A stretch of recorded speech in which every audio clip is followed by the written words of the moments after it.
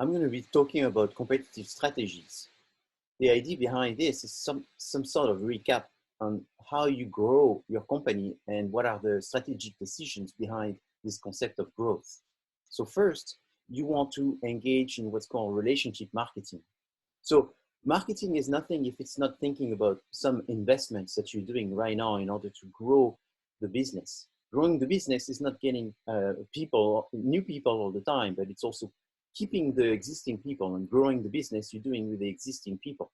So the existing people will be changing. So that's why you also need to get new customers. So new customers become older customers, but you don't want to be just working on just getting new customers. Getting new customers is 10 times more expensive than keeping the existing customers. So marketing is about creating and maintaining and enhancing these relationships with the customers that you've started working with, communicating with and selling to, and also attracting new customers so that way you can keep growing the business, not just based on past customers.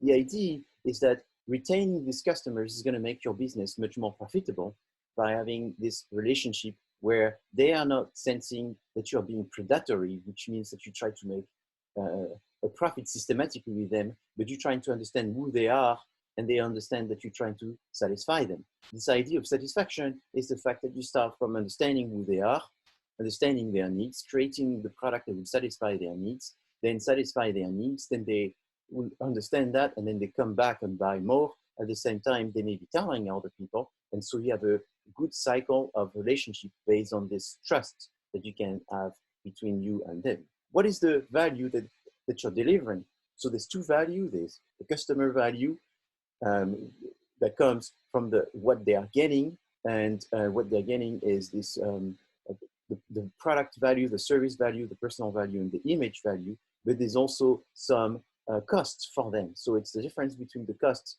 and what they are getting, the value. The satisfaction is the difference between what they're expecting to get and what they are getting. So the value is very much evaluated from them before they purchase versus the satisfaction is what they will evaluate as they're actually consuming the product. So the steps in evaluating your competitors is the idea of finding out who are the targets of your competitors and also finding out what do people think is good about your competitors. So that's called benchmarking.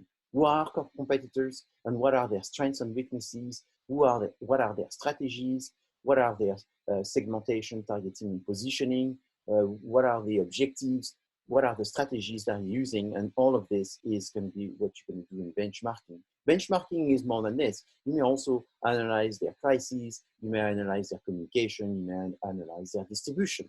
But benchmarking is very important is because you not only satisfying a customer, but you're not the only one. So you need to see what the other one are doing. And that's the purpose of benchmarking. Strategies are a very high level. They are different than tactics. Strategies is a bigger idea than what tactics are.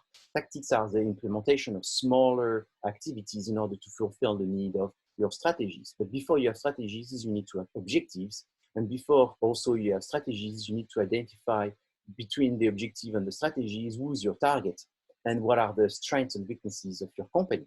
Once you have defined the strategies, you will go into what's called the 4 Ps, and inside this concept of 4 Ps, that will be the implementation of your strategies. Inside the 4 Ps, you also have sub-strategies, the strategy at the P level. So a marketing plan will be organized, this is an example, where you will have multiple sections, and essentially you will have a section that would be called the marketing strategies, but these strategies may have been developed in another section where you'll be analyzing what could be the strategies. So evaluating what could be the strategy, that's an analysis, and it's not deciding what is the strategy, it's the recommendation of what the strategy needs to be, which is a separate section. So you go from a big picture to a smaller picture. You go from the broad to the more narrow, and that's what strategy thinking is about, from a big idea to a smaller idea. So you have to think about the long-term directions, and then you need to think about all the details that needs to be implemented in order to achieve these, and those details are achieved through the 4 Ps. So the SWOT is very important because inside the SWOT you will understand what are the opportunities and what are the opportunities being these factors that you can take advantage of, factors that are changing that could be favorable for your company, and external threats are multiple things that you find in your environment. And the most obvious one are your competitors. That's why benchmarking is very important. What is the environment? It's the micro and macro environment. And obviously the micro environment has a more direct effect on your opportunities. Opportunities and threats are external versus strengths and weaknesses are internal.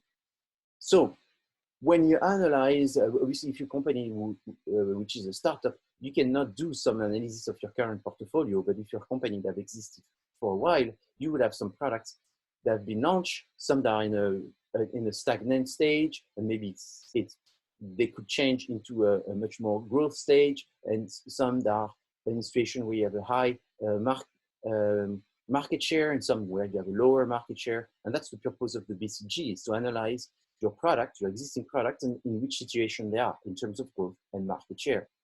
Again, I was saying there is different level. The high level are the strategies, the low level are the tactics. So the most common high level strategy, the ends of matrix, also called the generic marketing strategies, are those 4 strategies that we discussed in the past. But these are not the only one. There's other strategies that you need to take into account, which are the overall cost leadership, where you try to be the cheapest as possible in the market in order to grow your sales and grow your market share. You could be focused, where you really identify a group of customers that you want to be the best as you can to satisfy its customers. Differentiation is you want to be very competitive and find competitors that are doing something a certain way and you want to do it in a very different way, or you want to be middle of the road, which consists in trying to not be any different and not being any cheaper, but just being an offer which is sort of right in the middle. Other strategies includes operational excellence, where you want to have the best services and the best way you operate the businesses in serving the customers.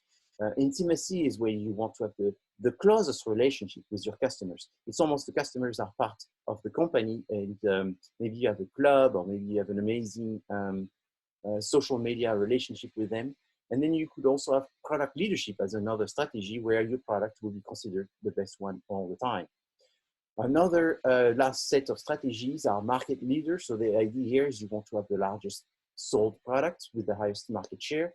The market challenger is maybe because you have less means than to become a market leader, and you take this position of being as good, the same, or maybe better for someone who is more curious and look at the details. That's called the market challenger. The market follower is a little bit like the middle of the road, what I explained before. These strategies have some sort of overlap. The market follower could be the middle of the road, as well as the market nicher could be what I called earlier focus. A very similar concept behind this. But what's important is there are also strategies inside your 4 Ps, which I've developed in other sessions. And as a net takeaway, I would say you need to understand the difference between value and satisfaction. You need to understand the concept of having long-term investment in order to develop a relationship with the customer where you build this trust.